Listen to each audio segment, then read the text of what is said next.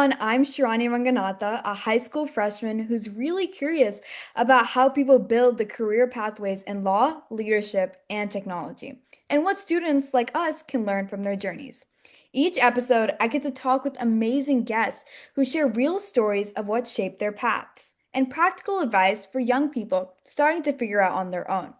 Today, I'm super excited to welcome Matthew Kolodoski, an attorney with experience in insurance law, family law, and has even clerked for judges. On top of that, he's run for a judgeship, which is a unique experience we'll get to dive into. Matthew, thank you so much for joining me today, and I've really been looking forward to this conversation. Well, thank you for having me, and hopefully I can provide some insight to you and your listeners. Thank you, definitely. So let's start at the beginning. I've always loved hearing what drew people into law because everyone's path is so different. And I think it's especially interesting for high school students like me, since a lot of us are figuring out what career paths we want to pursue. So, Matthew, what inspired you to pursue a career in law? That's actually a great question, and I was thinking a lot about that recently because I was trying to pinpoint a specific time. And I'll be honest, I can't really come up with anything definitive. So the kind of canned funny answer I tell people is I probably read too many John Grisham novels as a child, so maybe don't do that or you'll end up in law school. But the best real answer I could come up with is I remember, okay, I'm an Eagle Scout, so I was in Cub Scouts and Boy Scouts throughout my entire childhood. And I remember in Cub Scouts, it may have been Tiger Cubs, so like the youngest of the young children. I remember visiting a Justice of the Peace courthouse, and we met a Justice of the Peace, and we went into the courtroom, and I don't remember anything that was kind of talked about, but I remember vividly this judge in the black robe and thinking how cool that was. So that's the earliest memory I can come up with. So I think that kind of I was just inspired by hearing this judge. I don't remember anything he said. I don't remember if it was profound. I don't remember if it was funny or whatever it was. But for whatever reason, I remember this experience, like as a young child, just seeing the courtroom, seeing a judge, and thinking, that's really neat. So that probably is what that or something like that was what planted the idea in my head. But I was one of those children who, for whatever reason, decided they wanted to be an attorney. And so that was kind of my goal from when I was in middle school, high school, and onward. That's great that you got this experience and you got like I guess the enlightenment of knowing you wanted to be a lawyer at such a young age because I've heard people who just switch their majors in the middle of college. So it's great that you got that insight so early on. It's funny you say that because I know a ton of people who either started out wanting to be a lawyer and then they got to college and they were like, this is not for me. I know people who where it was the exact opposite, but I was always one of those people who just I was drawn to it. And as I said, I used to use the canned answer of I think I read too many John Grisham novels as a child, but it's one of those things that was always kind of an interest to me. I do not come from a family of lawyers. No one in my family was a lawyer. So when I started saying this, people thought I was weird. And I didn't have any close family member who could really guide me through the process. But it's been my goal since I was an early child. And I'm honestly glad that I decided to make it my goal. I'm glad I stuck with it. And it's been a really great experience for me for whatever reason. That's great to hear. But you've spent time clerking for judges and being present in the courtroom as a litigator, which I imagine gave you a really close look on how the courtroom operates. So, what was that experience like, and what did it teach you about the court system and how it really works behind the scenes? So I have had a few different opportunities to be involved with the court. So let me kind of just give you a big picture kind of explanation, and I can dig into those specific parts. Okay, yeah. When I was in law school, my first summer, I interned for a judge in Collin County, Judge John Roach. He was a state district court judge. I believe it was the 296th Judicial District Court. He handled family, criminal, civil matters. Then, when I was in my third year in law school, I interned for 2 semesters with a state appellate court justice, Justice Carrie Fitzgerald.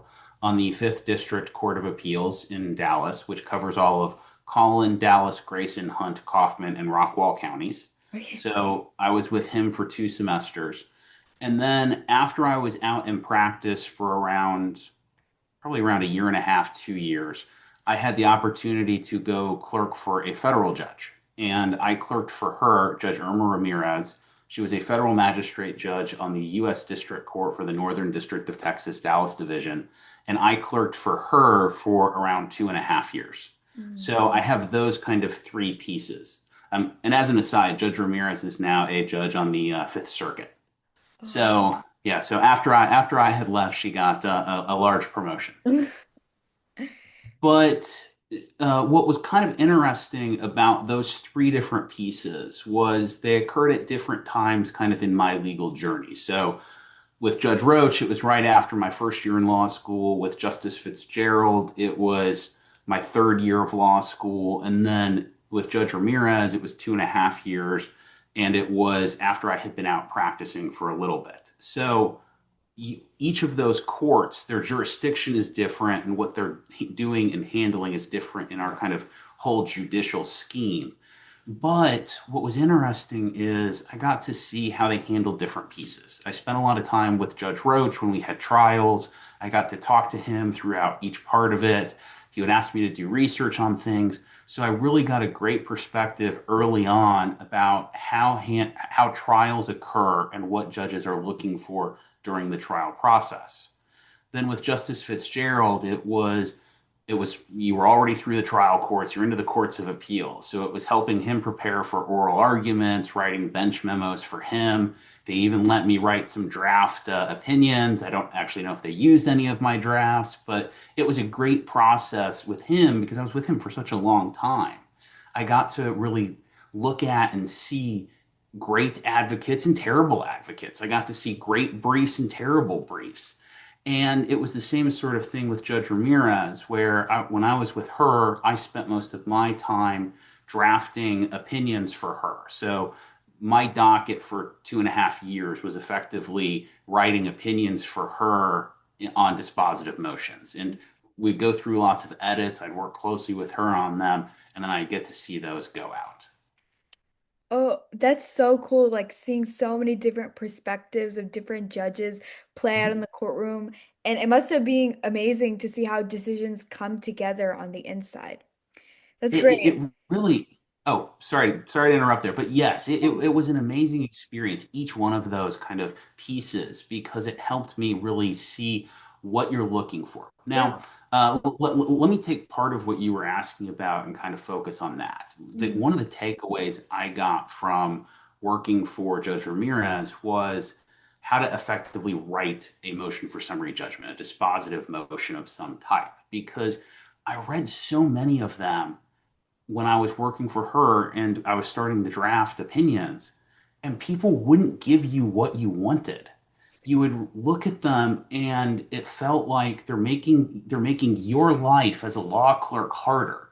So when I'm in private practice working, I always think about who my audience is. Mm. I try not to use overly technical language. I try to be clear about the facts and write them so that somebody who is intelligent but who knows nothing of what's going on in my case will be able to follow it. I really focus on storytelling Mm. because I think that that is really the key to what we're doing as attorneys is telling a story. So, how do I approach you as an intelligent person, but who doesn't know any of the facts, doesn't know the players? And how do I set the stage quickly and get you on my side?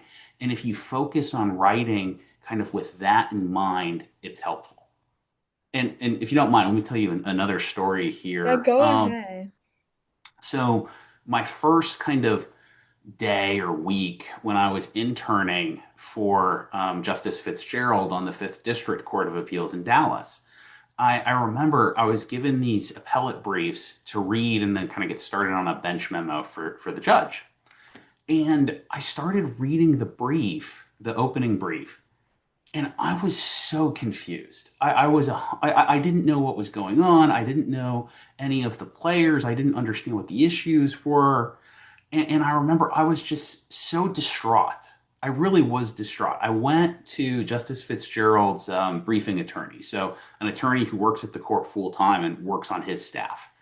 And I went to him. His name is Greg, and I said, "Greg, I don't understand this. I am so confused. What am I doing wrong?" And he looked at me, and I remember this. I was sitting in his office, and he looked at me in the eyes, and he said, "Matthew, you're an intelligent person. If you don't understand what's going on in this brief, it's not you. It's an issue with the writing." It's Mm. an issue with the attorneys who are advocating because they're not doing a good job. If you can't understand it, you don't follow the issues, you don't follow the facts. So go back, read the other briefs, read the other side's brief, and then go back to the opening brief and see if that helps. And he was right. I remember as a law student, I was thinking it was an issue with me. It was an issue with me not being smart enough. But the fact of the matter is, no matter what part of law you're in, if you're involved in litigation or appeals, if a reasonably intelligent person can't understand what you're trying to convey, that's an issue with you and your writing.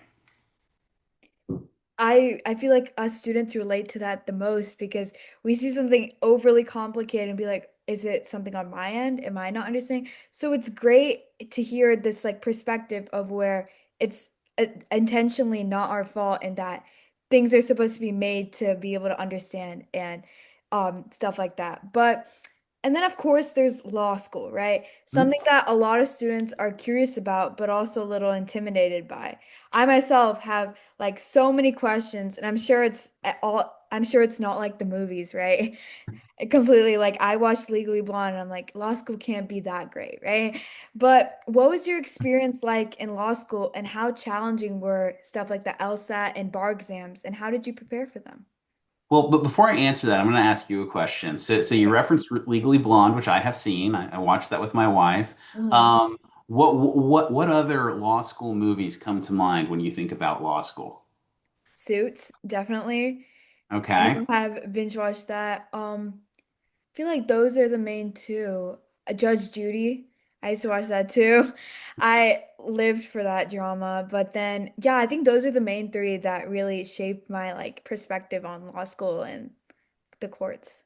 Well, my personal opinion is I don't think most movies or television shows do a good job in really preparing people for the legal profession or law school.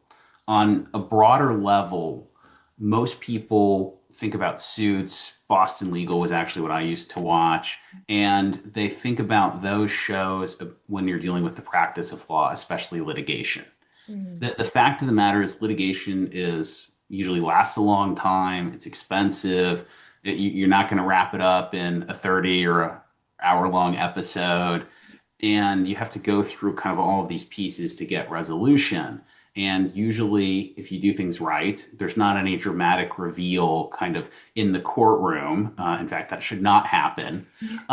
So I don't think they do a great job in preparing people.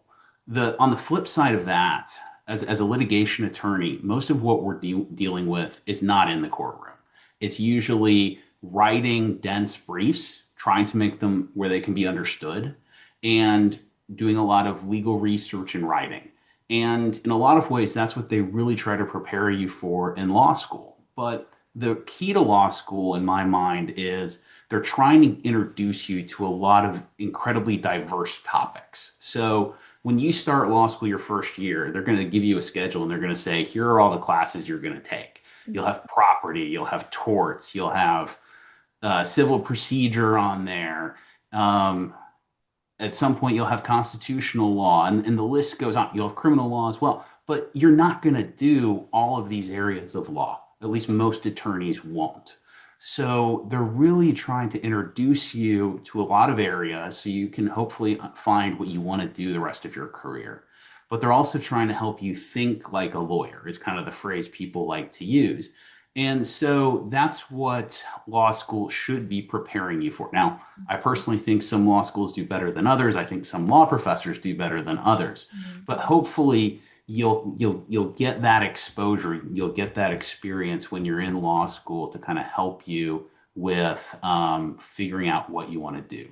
Now, in terms of preparation for law school, since I think you had asked about that, Yeah. I think the best the best thing that any prospective law student can do is to talk to current law students Mm, because I know I was kind of joking earlier about Boston Legal or Legally Blonde and kind of what people's expectations are, or even Suits. But most of the time, I think people are a little bit skewed in terms of what actually attorneys do on a daily basis. I mean, even though I'm a litigation attorney, very few matters go to trial. A lot of times it's me sitting in my office working on discovery or preparing for depositions. mm, And so, if you can, one, talk to law students, and then two, talk to lawyers. I mean, honestly, if most people reach out to me and I'm happy to chat with them, grab lunch with them and tell them what's going on and kind of what I do on a daily basis. And I think most lawyers will do that because they want to help people and they want people to understand what's going on. So if you can talk to either lawyers or law students and get an understanding of what it's like, I think that's helpful because I know, let me take a step back. When I was going into law school, I was worried because I don't come from a family of lawyers. mm. I have not spent a lot of time, I did not spend a lot of time around lawyers. So I was struggling with, oh, what area of law do I want to go into? And in a lot of ways, that's kind of it can kind of be at the whims of chance or fate where you ultimately end up. But you also want to make sure that you get exposure to different areas when you're in law school because you don't need to know this when you're going in. You don't need to have everything planned out. And candidly, if you do have everything planned out, it probably will not happen that way. Yeah. But it's great that you said talk to different law students and attorneys because this is what this podcast is about, giving you real life conversations to help you. And that's great that this actually helps you in the real world. But Yep. I've noticed that you've practiced in a few really different areas of law, from insurance law, which affects everyday life, to family law, which is much more like personal and emotional. That variety is really interesting because it shows how broad the field of law can be and how one person's work can impact people in very different ways.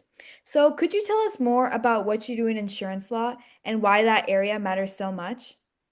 Sure. I'm happy to do that. And I'm happy to talk to you about my time in family law as well. I actually did family law right out of law school, and then I started with insurance law after I had clerked for Judge Ramirez. But insurance law is actually a really interesting area of law. And the reason I say that is because insurance as an industry really touches on everything. It really underpins everybody on a consumer level. It impacts every business, everything economically, one way or another, touches insurance. So it is kind of the largest financial services area that people don't think about because it's not as it just isn't as much in the news as you have like the Wall Street banks and that sort of thing. But it is a massive area of the economy and a massive area of the financial services industry. So when I left Judge Ramirez at the end of my clerkship with her, Mhm. I knew I wanted to be a litigation attorney, and I was still trying to figure out what aspect of litigation I wanted to work in. And I ended up interviewing with a firm called Thompson Co. And I worked with them. I was an associate and a partner with them for a long time.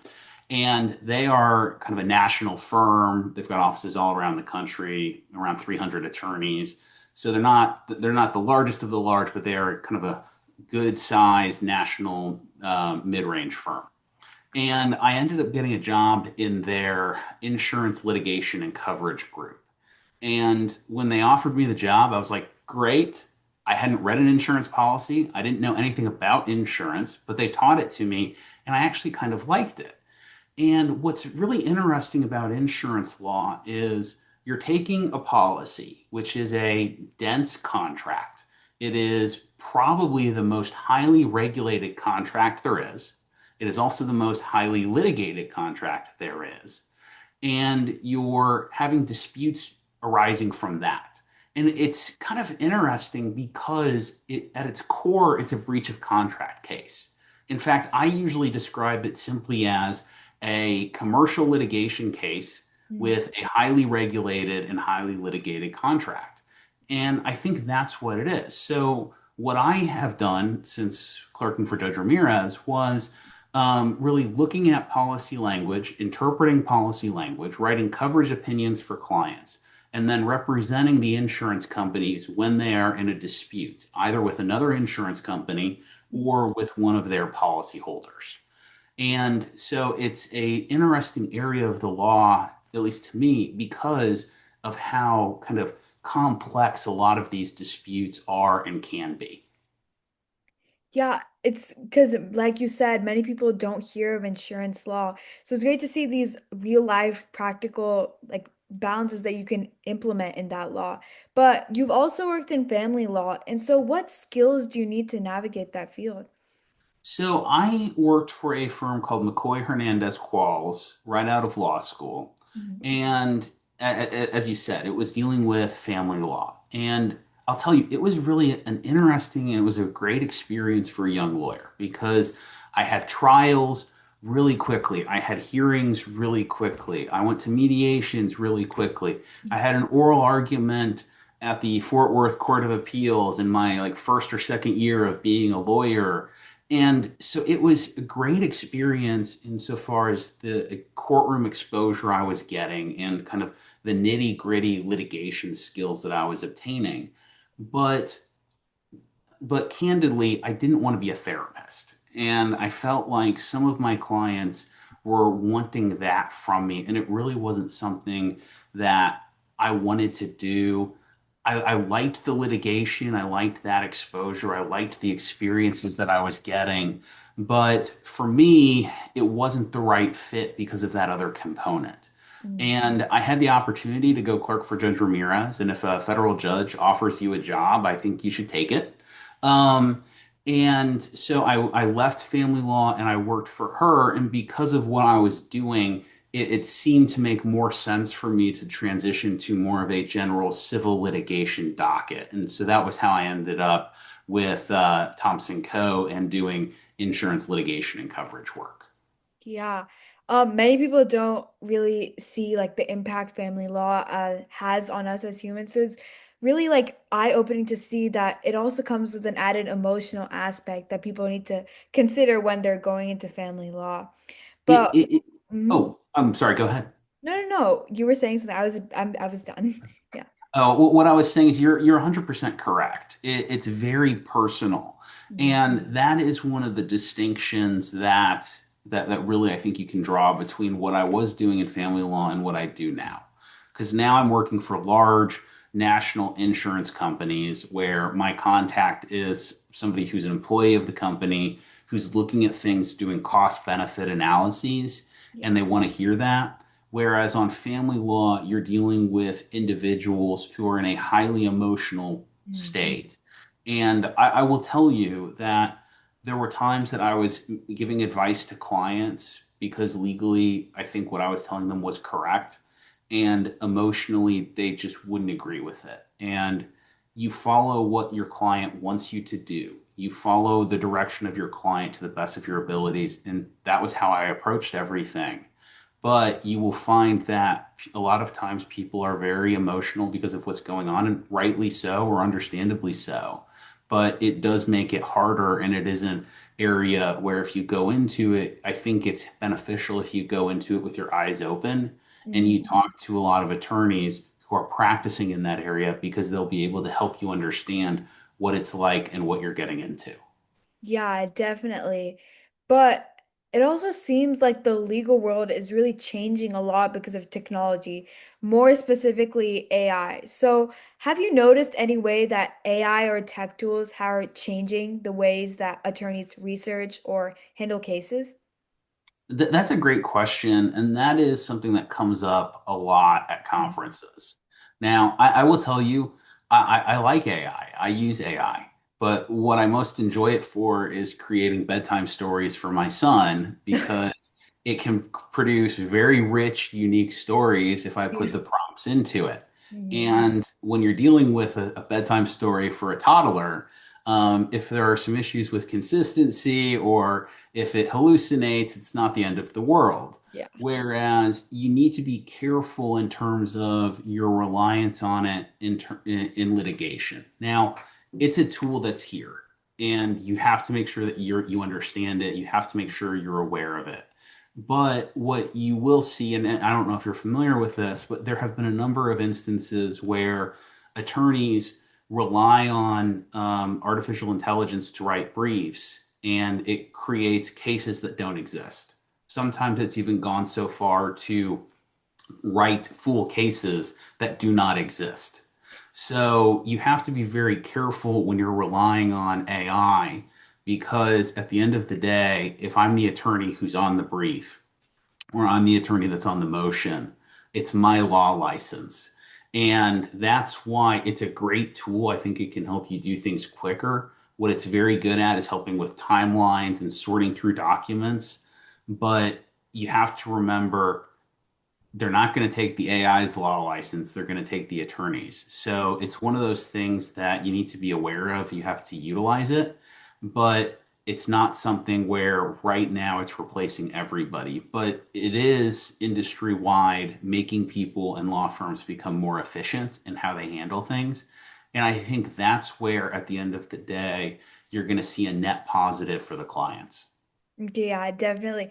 I've heard cases where attorneys have been flagged for using AI and potentially even suspended. So it's good to see that it's okay to rely on a resource like AI, but don't put your full trust and your full um, thinking into it. But Well, oh, if I can, I'll tell you this. I was preparing for a conference. I speak at a lot of conferences, and I was kind of running behind schedule on some things and getting prepared for it. So out of curiosity, I asked an AI software program to summarize some cases for me, and then I read the summaries, and then I actually sat down. I read the cases as I was traveling to the conference. And so I wasn't fully just relying on what it said, but I was using that as kind of a starting point. And it was good, but if I had just relied on those summaries, I would have missed really the key points in some of the cases. So that's why I think if you can use it to help you along, that's great.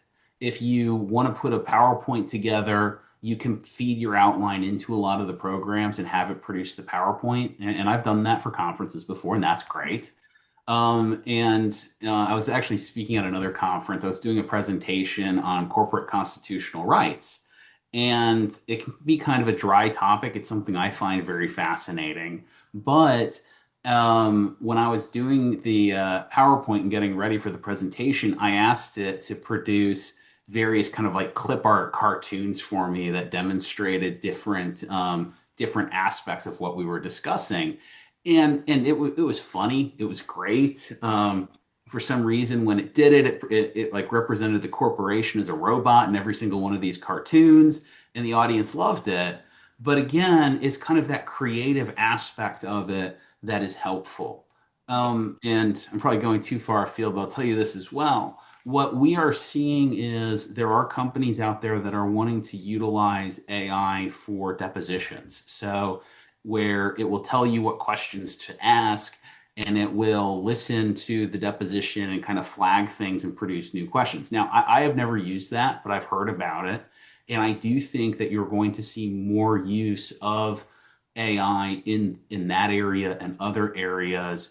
So, in terms of preparing for the future, what I tell attorneys is you need to focus on the courtroom aspect of litigation because that's a part where they're unlikely to replace you with an AI at least anytime soon. definitely. Like you said, AI is a starting point, and then where you take it from there is up to you and your legal capabilities. But now something that's really unique about your journey is that you've actually run for judgeship, and that's not something that many lawyers ever get the chance to experience. Running for a position takes a lot of dedication, courage, and real desire to serve your community. Which makes me ask, what motivated you to run, and what did that experience teach you about leadership and public service? That's a great question. So before I answer it, though, I'm going to just answer the question you should have asked, and that is, I Okay. am currently running for Oh, place okay. 3 on the Fifth District Court of Appeals, which covers Collin, Dallas, Grayson, Hunt, Kaufman, and Rockwall counties. Okay. And last year, I ran for place 9 on the same court. And so I did run, but I'm also a candidate. So if anybody's listening to this, hopefully you will go to www.kolodoski, KOLODOSKI, for justice.com and learn more about my campaign. Sorry, had to work that plug in. Definitely. I wrote it down myself because I will urge my family members and my friends to put in a little ballot. No, I appreciate that. So, but your question is really a great one. And what I will tell you is the reason I decided to run for a judgeship last time, and I got very close. In fact, it originally appeared that I won the race. My opponent even conceded. And then there were mail-in ballots that came in and were reported kind of 2 weeks after election day, and that's what changed it. So I ran and got very, very close. And I decided I needed to run again. And for Mhm. me, it has being a judge has been something that's kind of been in the back of my mind since I was in law school. I had the opportunity to intern for Judge Roach and then Justice Fitzgerald. I spent a lot of time with them. And then when I was with Judge Ramirez for almost 2.5 years, I got to see what she did on a daily basis. And I realized one, I have the skills to do it. And two, I find it just a fascinating job. And when I worked for Judge Ramirez and when I worked for the other judges, their goal was to get it right. At the end of the day, they wanted to make sure that they got the right result legally. And it's not a how do we help one side win or the other? And that's the role that judges should have. I always like the analogy of judges are like umpires, they're calling balls and strikes.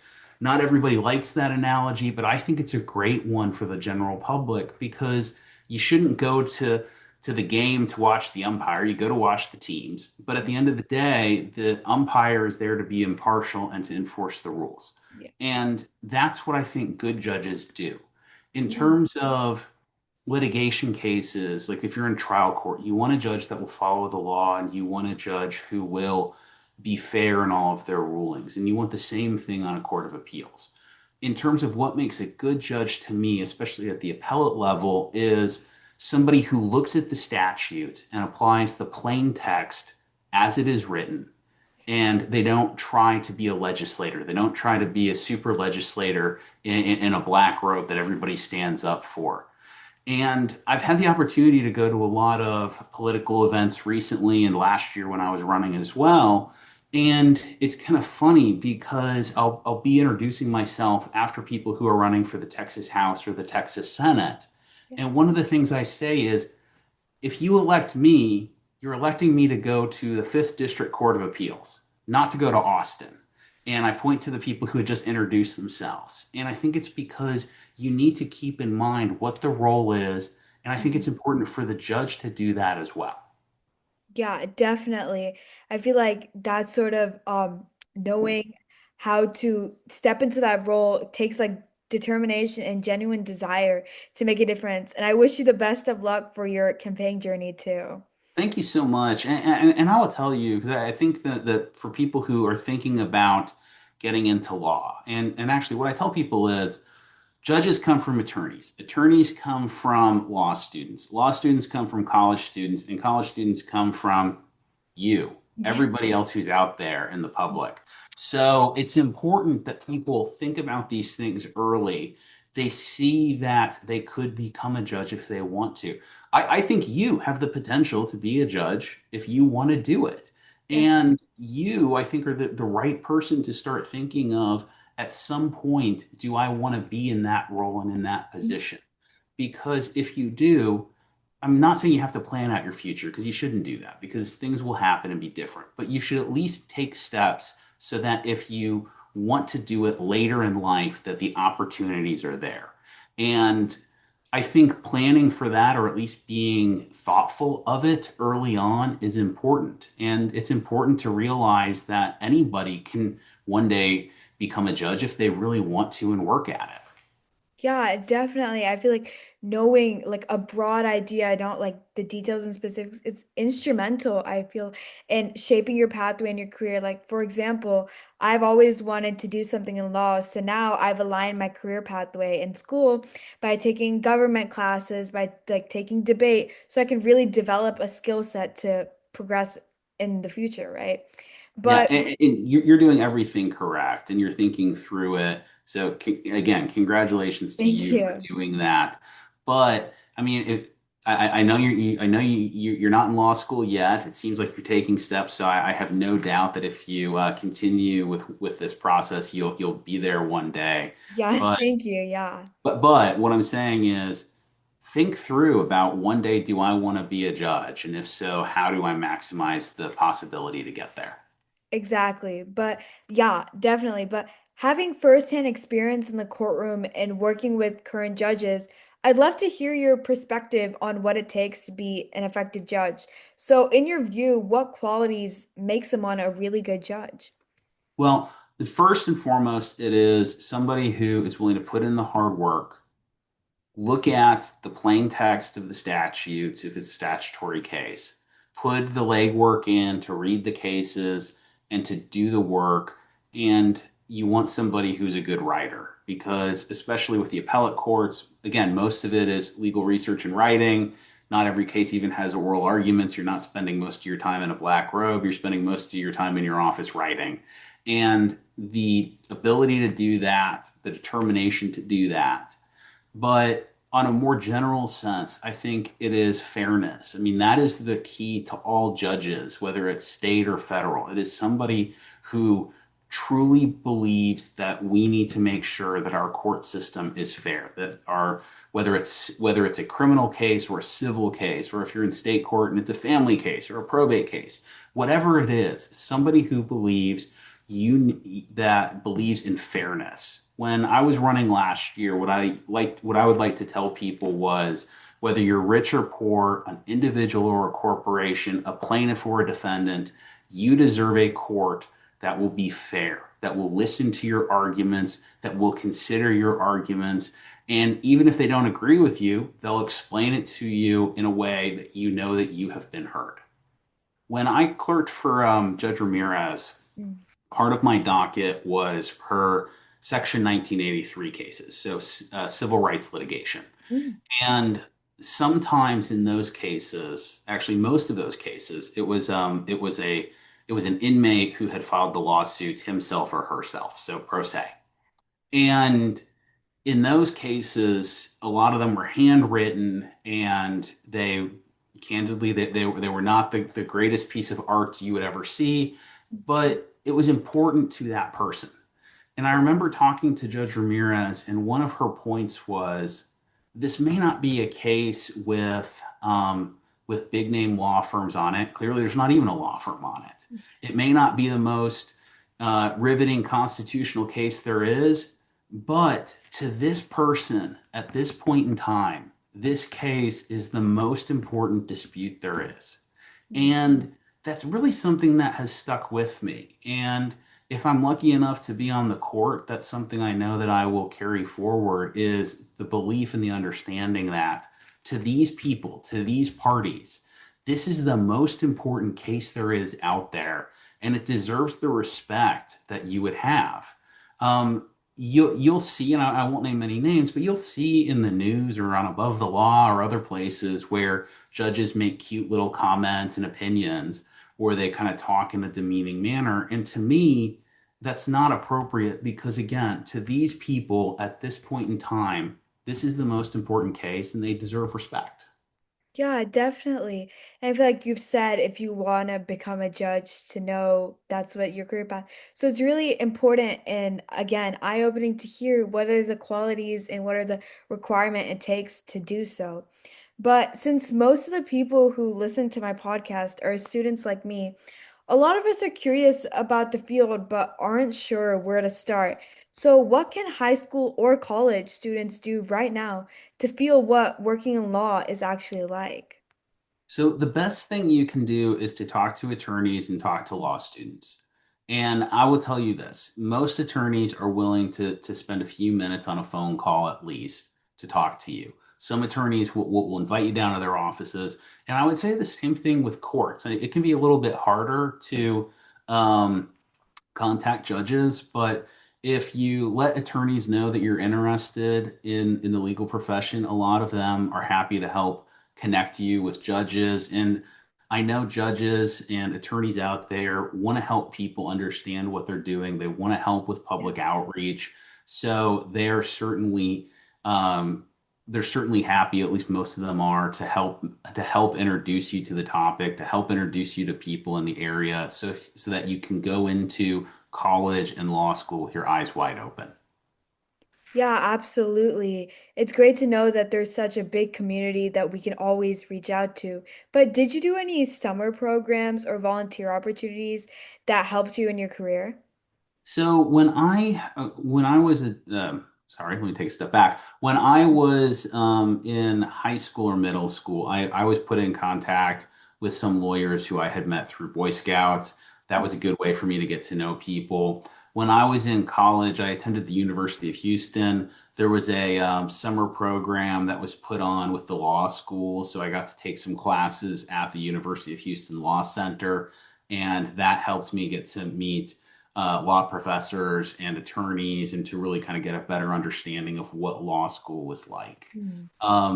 So those are the only programs that come to mind that I know of right now, but I believe that there are a lot of different universities have programs. There's Phi Alpha Delta Pre-Law, which has chapters on most college campuses. That's a good place to get to know or to get insight into what law school is like.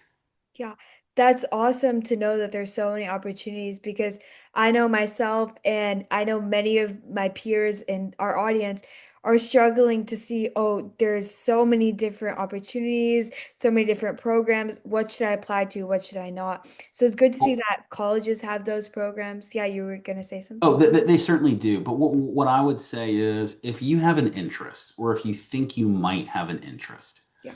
take the time to reach out to an attorney, take the time to talk to a judge, and think about it because it's such a rewarding career path that if it's the right career path for you, you don't want to miss it, or you don't want to regret not at least exploring it later on. So if you think you might be interested, feel free, reach out to me. If I can help you, I will, or I'll put you in contact with other people. But at least consider it if you think you have an interest. Yes, absolutely. But with everything that's happening in the world today, from rapid technology changes and major social and political changes, with people's lives constantly evolving, what keeps you motivated in your work today? Well, so your question is what keeps me motivated Yeah, in law? yeah, and practicing law. So for me, what I really love is representing my clients. I like writing a great motion for summary judgment or a great appellate brief. To Mm, me, that's fun. I like winning. I think that that's kind of an underlying kind of part about my yeah. personality that I enjoy. So I bring that to all of the cases I work on. And I think that in terms of me and my firm, for us, it is what will set us apart. So, what we tell our clients is don't send us every case, send us the big ones. Send us the ones that you really want litigated aggressively. Send us the ones that we're going to actually dig into them. We're going to take depositions. We're going to file expert challenges. We're going to file dispositive motions. And if need be, we'll go take this to trial and we'll bring it up on appeal if we have to.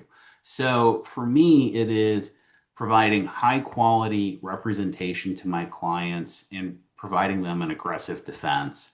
That is interesting to me. That is fun to me. Mm, And as I said, on the more complicated matters, that's something where I think that AI is going to struggle to replace everybody. So the larger multi-million dollar cases, I think, are going to be not going to be the ones that they're going to test out AI representation on more quickly. So finding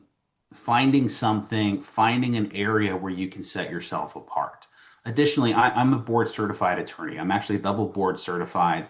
I'm board certified in consumer and commercial law and then insurance law by the Texas Board of Legal Specialization. There are probably, I think, 70 attorneys that have consumer and commercial law and somewhere around the same that have insurance law. So there's not a lot of attorneys in Texas that have them. I think I'm the only one that has both. So for me, what I tell people is you want to make yourself a subject matter expert. That's part of the reason why, also why I had thought about running for judgeship is because I think it's important to have judges who are true experts in certain areas. But if you are practicing law, it's still helpful as well because you need to find a way to differentiate yourself. And if you can become a true expert in an area of law, it's helpful and it will help future-proof your future in that area. Yes, it's great to see that not only the competitive aspect, but the true knowledge and skill set that you're learning. I'm sure you learn stuff every day that is really helping you stay motivated throughout the changes in life and the evolving of the legal field. And finally, I'd like to end each episode on an encouraging note, something that inspires students and reminds us all that no matter where we are in our journey, we can take small steps every day. So, what message would you like to share with students who dream of making a difference through law? Well, um, I guess let me answer with two parts to or Yeah, let me answer with kind of two parts. definitely. First off, what I find really fascinating about law, and which I think is inspiring to, or should be inspiring to your listeners, is it's an area where you will always be learning. I Yes. just conceptually, I love learning. I love reading books. I love listening to audio books when I'm walking my dogs or when I'm going into the office. So I'm one of those people who always has a book in my hand or is always listening to something. And that's something really I love about the legal profession because you never stop learning and it's interesting. And if you like learning, it's a rewarding profession. Beyond that, kind of to inspire your students, I think it can be a rewarding profession if it's the right fit. So, what I would say is if you have an interest, explore it, see if it's the right place for you. Because if it is the right fit, if it's something that you'll find interesting, you will have a truly rewarding career. You'll be able to deal with the rise of AI in different professions and you'll be able to look back and realize that you're glad you did this. Mhm. Yes, absolutely. That's a great message to see that learning is something that gives us all joy and really shapes our path, and it's instrumental in inspiring and making a difference in our community. But that what a great way to conclude today's conversation. Matthew, thank you so much for joining me today on Lawfully Told. I really appreciate you taking the time out of your day to share your story, from clerkships to running for judgeship, and all the lessons that you've shared about leadership, technology, and staying passionate and making a difference, especially about reaching out to different lawyers and people in the legal field. Your insights are so valuable, and I know our listeners, especially high school students like me, will learn a lot from your experience. And for everybody listening, thank you so much for tuning in. And don't forget to follow Lawfully Told for more conversations with professionals who are shaping our world today in law and public service. I'm Sharanya Ranganatha, and I'll see you next time.